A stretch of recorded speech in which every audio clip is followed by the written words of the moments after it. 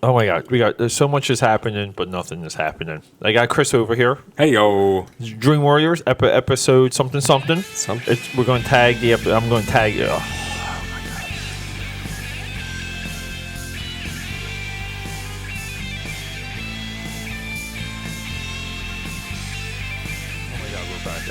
Another run of infinite intros. Yeah. Blah blah blah blah blah. Okay, so we did like a little homework assignment, right? Yep. We did. I watched the movie. I got blown away by it. We were talking on the phone.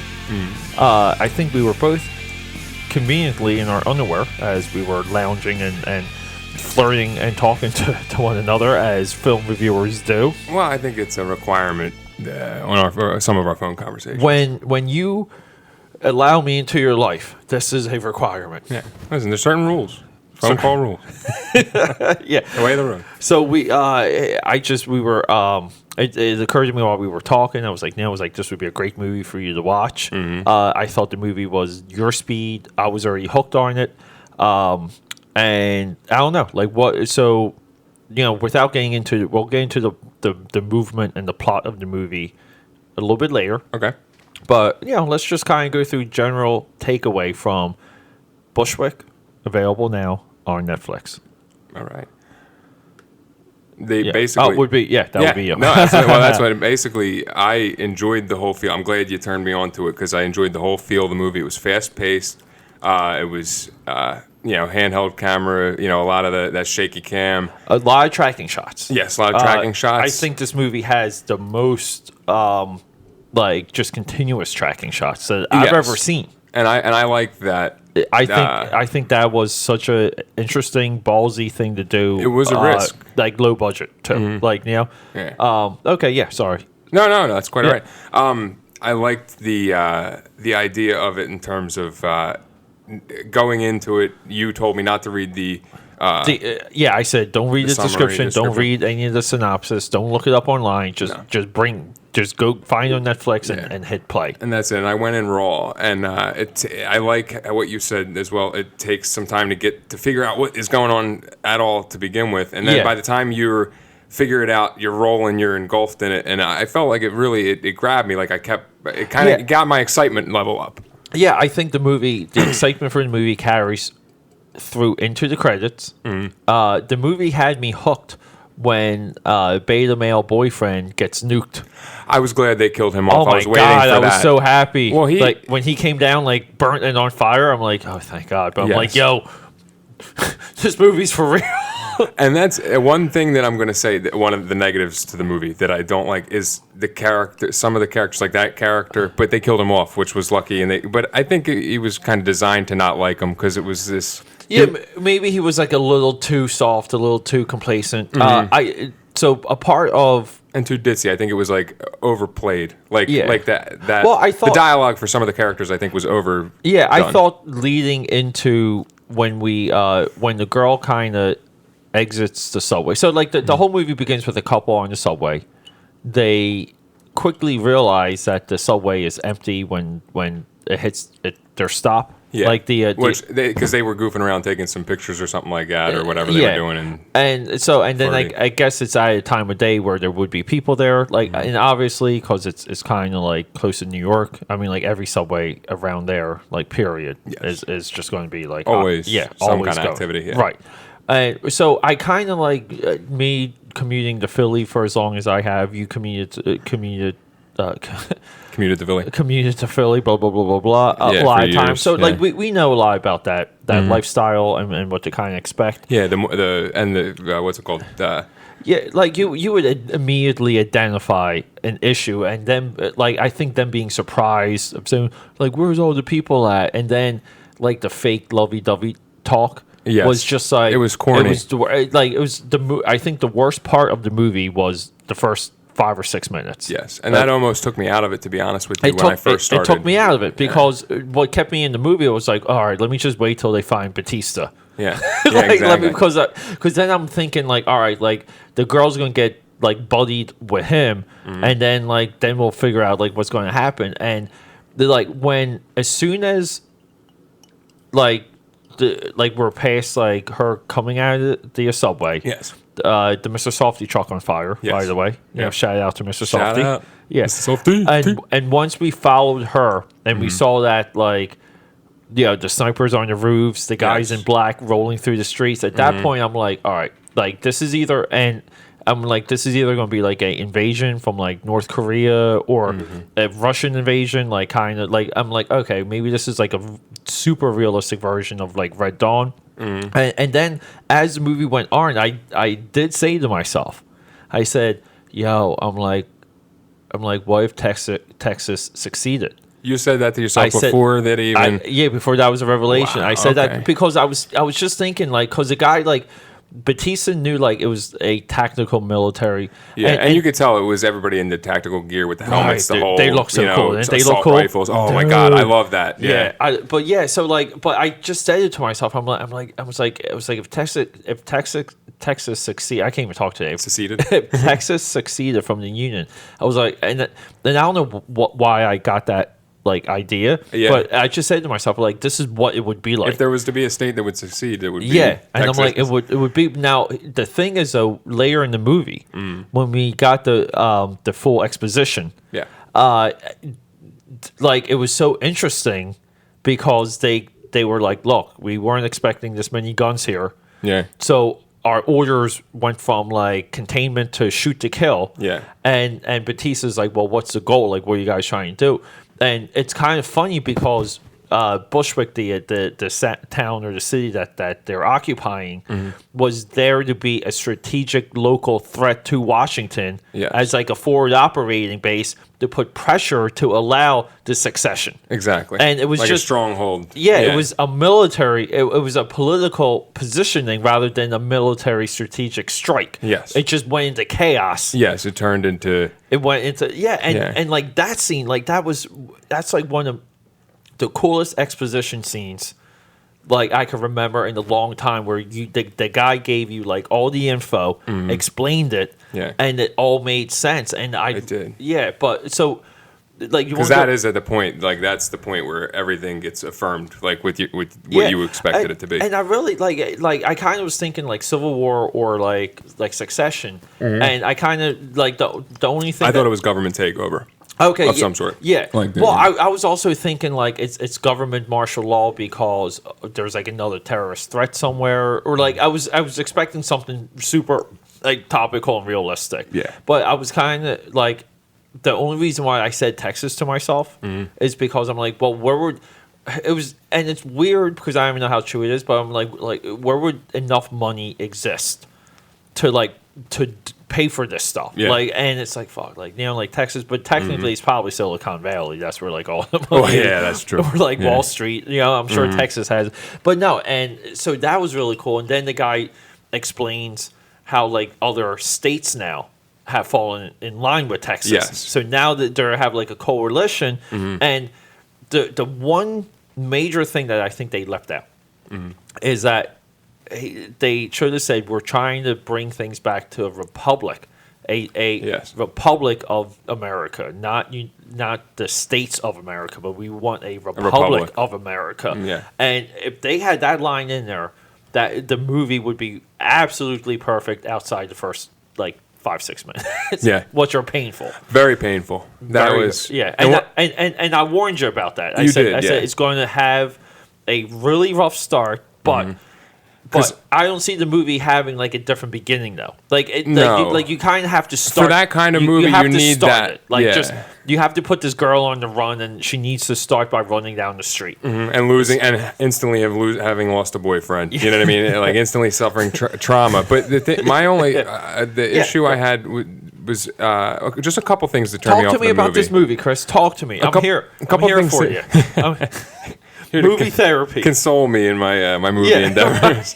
I didn't like I said, that character in the beginning. I didn't, certain things annoy me about the dialogue between certain characters is kind of corny. Not even just him in the beginning, but even between the girl and some of the street thugs, or the girl and Bautista. Yeah, it's kind of cornball stuff, but I could ignore that. Luckily, like it was just a couple small elements of it. Yeah. That Yeah, here we go. We're doing a snap there. Double flex. Nice. So there's. Dude, look at that. All right, let me see. We're social media-ing here. Yeah, Sunday fun day, guns out. We're doing it. So there's that. Like I said, the dialogue and the acting a little bit turned me off. The first guy, the first boyfriend. The girl, I don't mind her as an actress, but I think with some of the corny dialogue is what made the acting seem a little bit more spotty for me. So at one point, I made a decision while I was watching this movie to not care about that. Yeah, to kind of see it through because I felt like that the movie was designed well enough and there was enough intention with everything that was happening in the background to where there's a point that they're going to make with this. Yes. And because I agree with you, everyone that they run into along the way is a straight up stereotype. Yep. It's a straight up comic book type scenario. There's no nuance. Very blatant. Yeah. There's no nuance to the people that she runs into along this journey. But at the same time, the gangsters are stereotypical gangsters. The gangsters, the two guys that were going to rape her in the beginning. Yeah, the ex-military guy. Yeah, the typical. Even Bautista. But at the end of the day, every time Bautista went off for someone, I was like, yes, I know. When me he too. Just pummeled dudes to I loved and I'm it. yes, this is what I'm watching for. Yeah, and I was like, can we have just one wrestling move while he's doing this? But no. But so that's what you decided on yourself to kind of let it go because they're driving home to a point, which I agree with you. That's exactly what I did as well. Yeah. Was kind of after a certain point I realized the acting I'm not going to really be critical of, the dialogue I'm not going to be so critical of. It's more of the visual, it's more of the storyline, it's more of where we're going and how we're getting there. But 100% does it take you out of the movie when and I got into a little bit of this with some of the 31 Days of Dread horror movies where horror is the only genre of cinema and filmmaking where you can have acting on the level Bushwick, and it's okay because it fits within a horror movie, within schlock. There's this, and schlock doesn't really exist in other realms other than horror. It works in horror. It doesn't work in an action drama like this or even a science fiction movie. Yeah, there's a certain amount of forgiveness that you can just allot towards, like you said, towards the certain drama. I mean, certain genres that But either way, real quick too. Did you pick up the music at all? Because I thought the music was. I thought it was good. Awesome. So I thought it was good. The guy that did the music is Aesop Rock. And he is this electronic, EDM type, house music. And just the soundtrack for this movie is available on vinyl, which I think is the coolest thing. I don't know why.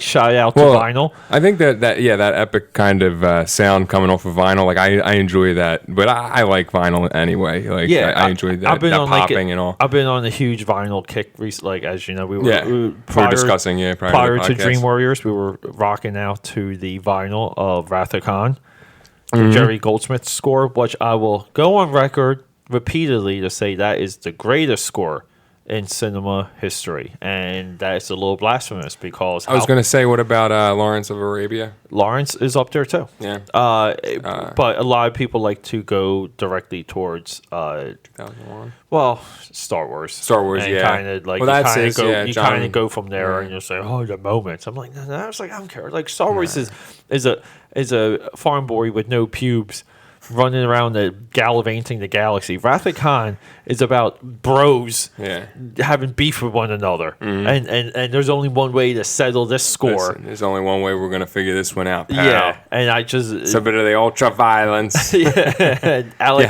Alex, my boy. If you have any eyeballs. So outside of acting, what are some of your other criticisms or criticism knocks? Besides that and the dialogue? Really.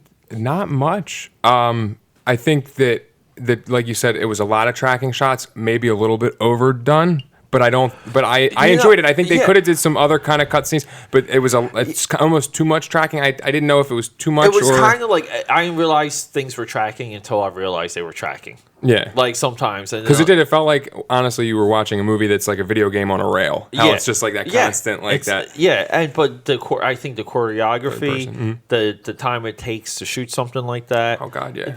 I think there's an artistry. I honestly God believe that if John Carpenter, who made Halloween and this other movie called Assault on Precinct 13. Yes, I know that one. That's a good one. Yeah, so if he had like a modern day independent movie budget and had today's equipment, I feel like Assault on Precinct 13 would be this movie.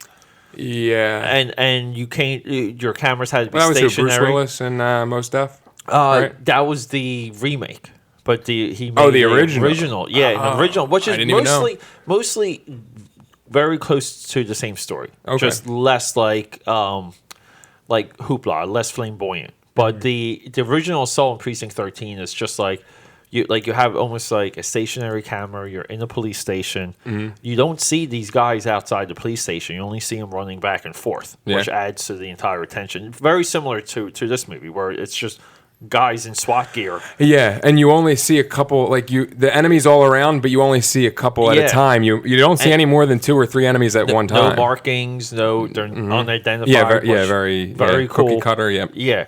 So, but I feel like Assault on Precinct 13 is one of the greatest independent movies ever. Like he also made Halloween, so he has like 2. Probably 2 of the top 10. Yeah. But I feel like this is a movie he would have made with today's technology in the situation he made Assault on Precinct 13 with. Yeah. And when I even realized that as I was watching it, it made me appreciate the movie even more because, again, Assault on Precinct 13 doesn't even have perfect acting, but it's near perfect filmmaking. Oh, okay. Yeah. And that's sometimes you have to, it's what you bring to a movie. It's realizing what the intent is and what these filmmakers are trying, because there's 2 filmmakers for this one.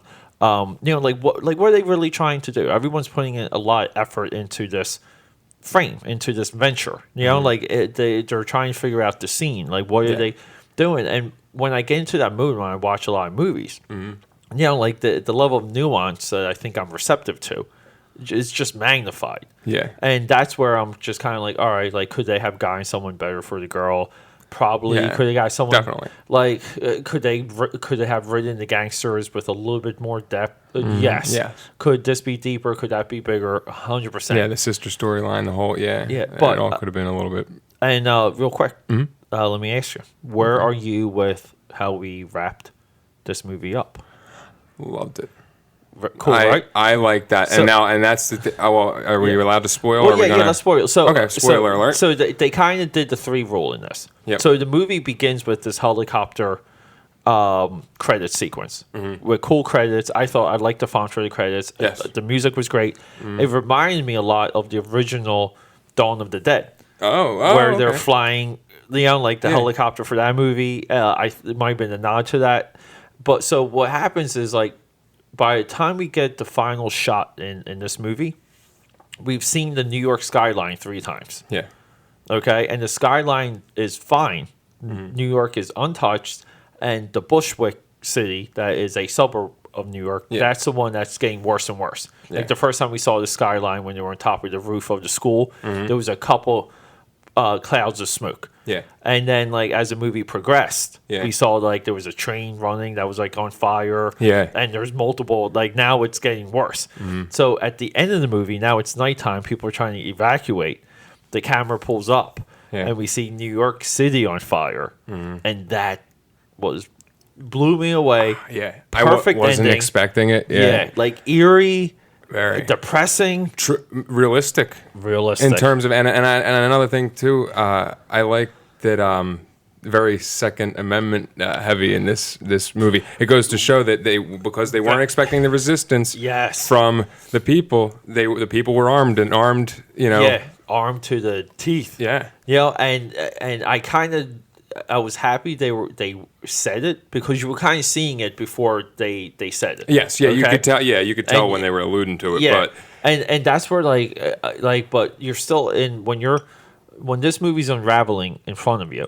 The coolest thing though is trying to figure out exactly what could be happening. Even if you like me, I kind of had an idea. The idea seemed to be turned out to be exactly what was happening. That was pure luck on my account, but there was still pieces of it where you're like, okay, like the guys in the car with the Uzis that saved the girl when she was about to go into the bus, and you're like, all right, like, are they just gangsters, or is this, are they something else? Exactly. Like, There's a lot of places where you could get lost in that. Like, putting the pieces together, the puzzle it seemed more jumbled than you would. Yeah. I think this movie 100% should get a real budget and just remade. Absolutely, I think with a bigger budget, more money, better acting. Could you? I think that this movie would blow out the waters. And could you imagine Bautista as the role of the girl, and The Rock as the role of Bautista? Absolutely. That's a movie. But sorry. And what I wanted to just mention about how, in terms of like the ending and the whole movie in general, I think that as we're like, I like that you said to go into it raw without knowing anything, because I liked the way that it revealed itself is the same way that a true tragedy would reveal itself. Like you don't know what's going on. Yeah. You're trying to put the pieces together. Just like when 9/11 happened. Yeah. Nobody knew what was going on. Was it a drunk pilot? Was it a terrorist attack? That's what they were first saying too. Yeah. Like there was some reports of that. Yeah. Yeah.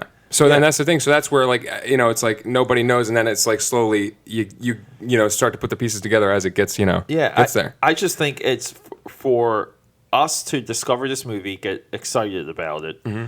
It's another testament to the power and importance of what Netflix is doing. Yes. And you and I were like, we were just talking on the phone, and it was just like, I'm like, hey, do you have any ideas? And I said, and you're Netflix. Like, any something Netflix original, give me, because I like that we've been kind of hitting the Netflix guys. Yeah. And I think we're just going to keep going. There's another movie called, it's an action car movie called Wheelman. Okay.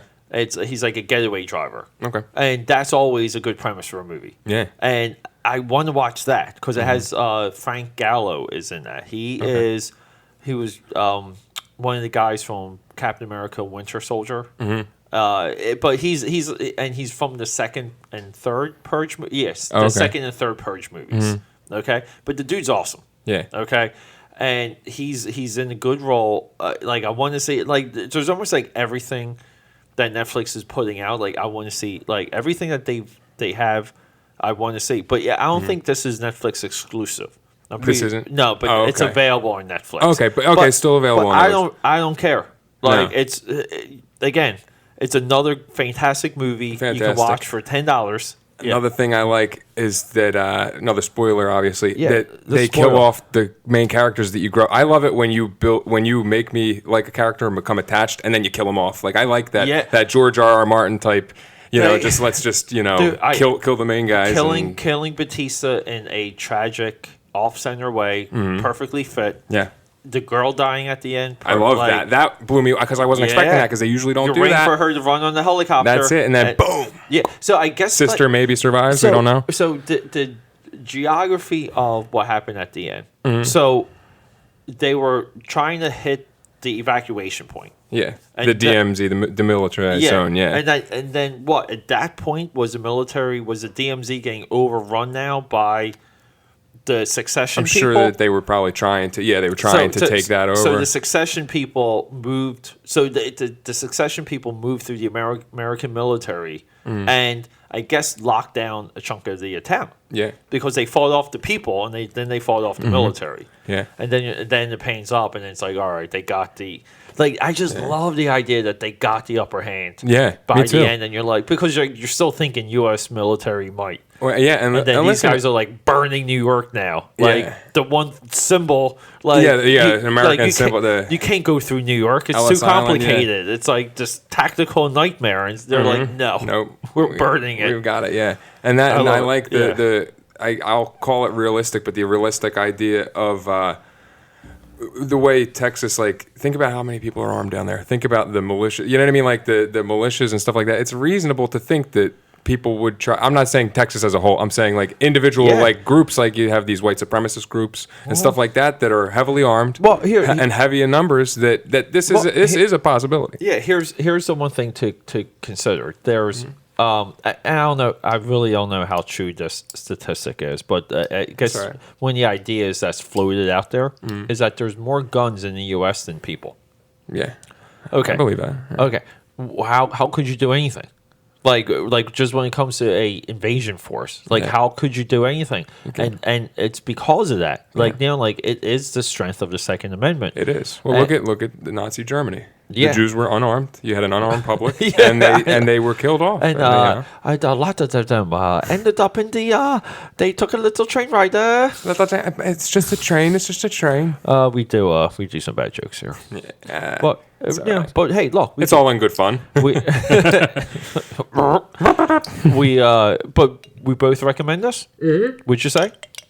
I would give it a recommendation. Yeah, if you can get Chris past, and I too are also rocking and rolling with Pete's Iced Coffee. Yeah, boy, a Dream Warriors exclusive. Yes, sir. And now, and another thing, just before we wrap it up, I just wanted to say that the obviousness of some of the dialogue that frustrated me, but like I said, as we chalked it up, like was one when he was talking about the DMZ, the demilitarized zone, the demilitarized, and zone, it was like he had to say DMZ a couple times, and then said demilitarized zone. Like, why would you say, like, they wouldn't say that to civilians? Like, he would just say demilitarized zone or the extract point. Like, you don't have to like DMZ. Like, don't like you're talking to the people. I just feel like make them understand. Yeah, sometimes it's almost like, all right, like, can people really follow what is, because I even think the way how he even explained what was happening, like when that dude busts through the window, I just feel like even at that, like, like that was a scene that could have just went south, because everything he's like,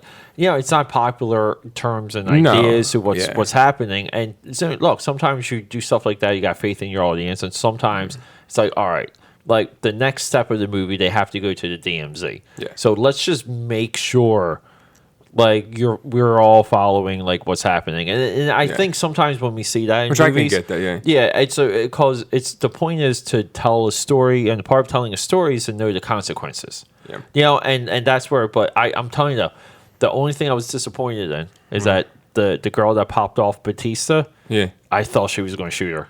I thought she was going to pop it right into her head. And I'm going to be like, I would have loved that. Now, that would have made it. Because the girl makes a turn now. Like, now she's becoming a soldier. She's a part of the mayhem, too. Yeah. She's a part of that madness. And honestly, any movie can pull me in with the idea of martial law and that, like, that, I mean, I like I was waiting to see something like a flyer.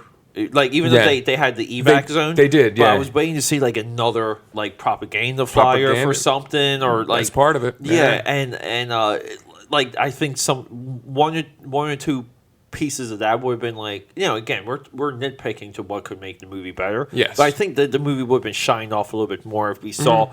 Like, even after the guy talks about it, like, after we know what's happening, if we see that they're blanking, like, they're hitting the city now with flyers to get people to turn, like, like, they're trying to recruit now. Exactly, yeah. And that would make sense, that would make a lot of sense to go in that direction. Yeah. I think that you're right, that did kind of lack. But. So the last movie that we enjoyed, The Ritual, we didn't recommend a sequel for.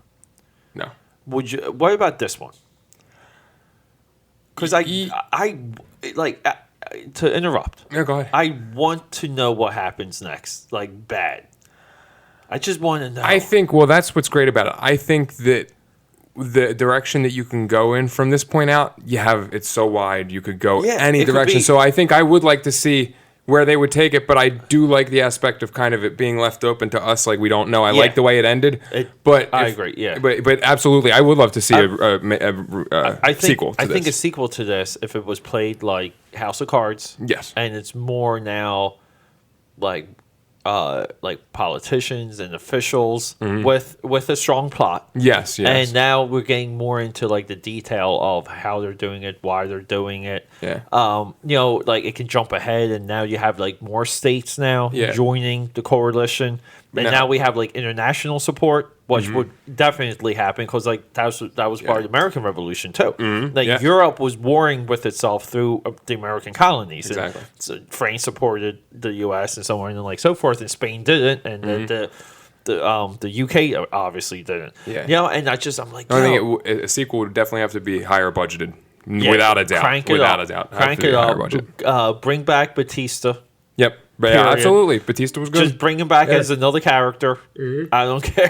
I want to watch Bautista as anybody as a congressman. Yeah. Oh, see there. Now you're thinking. Yeah. I'm a congressman that can bench 800 pounds. Yeah. Oh, another thing for the American people. Yeah. Now, you know what? I did just realize too that there was more thing that I had an issue with the movie, but with any movie like this, you got to expect it is, and this kind of goes into the acting of it.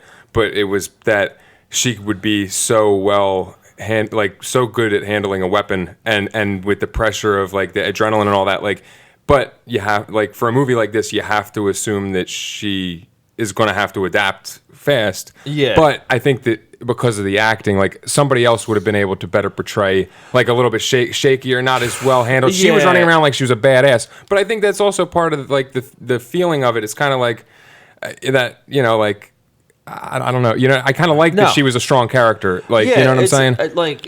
We were expecting her to make a turn. We were hoping for her to be a turn, like to take a turn. It was cool watching her being like heroic. She was like honestly heroic at the end. She was. Again, like, you know, she got killed, but she was putting her life willingly on the line. Yeah. And when you expect that from a character, and it does pay off, and then we have the type of ending, which is a very dark and stark ending. Yeah. That is where it's almost like Good Time, where Good Time built into a stark, deep, complex ending, where you're not sure how to feel. Yeah. But you're like, man, like I'm getting something with this movie. Yeah. And I think this wrapped up like the last 5 minutes of Good Time is equal to the last 5 minutes of this movie. And it is an equal to equal build. The only difference is that Good Time had better acting. Yeah. So we say at the end of the day, it had better acting. That's okay. And that was my biggest potentially better direction. Because it was way more. I would agree with that. Like, like there was more gloss to Good Time. But this, at the end of the day, I would, if I was a studio, I would remake this movie. Yeah. Crank up the budget. Yeah. And make it a trilogy. And we go from like the first day of the insurgents, we go to the middle. And we go to like now like the final conflict. Yeah. Like to the final phase of this like new American Civil War. Exactly. And you could pick up with the characters being killed off, you could pick up from a completely different aspect and different viewpoint. Yeah. Like the next movie would begin in like Washington. Exactly. Yeah. Be a senator or follow a or whatever. Or jump ahead and they're building like the new state house for the new union. Yeah. Or the republic, and you're like, yo, like, all right. It's a good way to go about it, because it kind of reminds you of that feeling of what is it? The Man in the High, or what is the castle? The Man in the High Tower. Was that High Castle? Or the High Castle, or whatever it was. The one where it's like post World War II. You know, they won the WW2. The Axis powers won. Yeah. But the same type thing, like where you can go in that direction. Yeah. And see like with the states were able to succeed on this. I would just be second try. Really into it. Yeah. You know, and but this movie has such an amazing setup for being low budget. Yeah, yes. And just swinging for the fences and saying, like, I don't care. Like, we're trying to do this. We're trying to make it the best movie we can. And I really... And I was on the edge of my seat the whole time. Like, it got me in. Well, once it got going, because you are saying to yourself, like, at one point, like, when you saw the people getting together, like organizing, you're like, oh, here we go. Like, here's the fine, and it's like we're fine now. Like we know what's going to happen. And then at that point, it's just kind of like like different direction. Yeah, and very cool. And I love that they look. The one point that I loved is that the order shifted when they realized how deep the resistance was. Yeah, it went to shoot to kill. Yeah. Then you're like, damn, that fast too. Yeah, like shoot to kill. And that's the thing I love when they're talking to the guy that they pull in from the window. You know, when he explains everything, because it's like this is just another American guy who is, you know what I mean. And he talks about just doing his job and just following orders, just a soldier. And really, it shows that aspect of it where this just like we're just soldiers over in other countries pulling this kind of shenanigans. It's it's the same type thing. It kind of gives you that neutral feeling for them, not so anti. Right, yeah. You're just kind of like, all right, like it's not personal. Like these are soldiers doing their job, and the context of what they're doing does not apply, and that's a part of being a soldier. Exactly. Like, you know, like, but no, hey, we both recommend this movie. Absolutely. Did you want to Go do watch it on Netflix. Did you want to do a 30-second story starting now? Absolutely. I'll tell you about the time that I fell down a flight of steps in front of some people. Oh, this is girl's good. family. This is good. I drank a 40 Mickey's Malt liquor and shared a big jug of vodka with some friends. Nice. Ex-girlfriend, and I ended up blacking 15 out. seconds. And I rolled down the steps in front of her grandparents Yes. and family, 10 and I seconds. don't even remember it. Left and puked on her front lawn. No. Go under the radar. This Yeah. is Dream Warrior signing off. We'll See you request, later. repeat. Follow me at DOCWATSO Instagram. AKAPAD 13. Rock and roll. See you. There you go. Nice. That was a good way to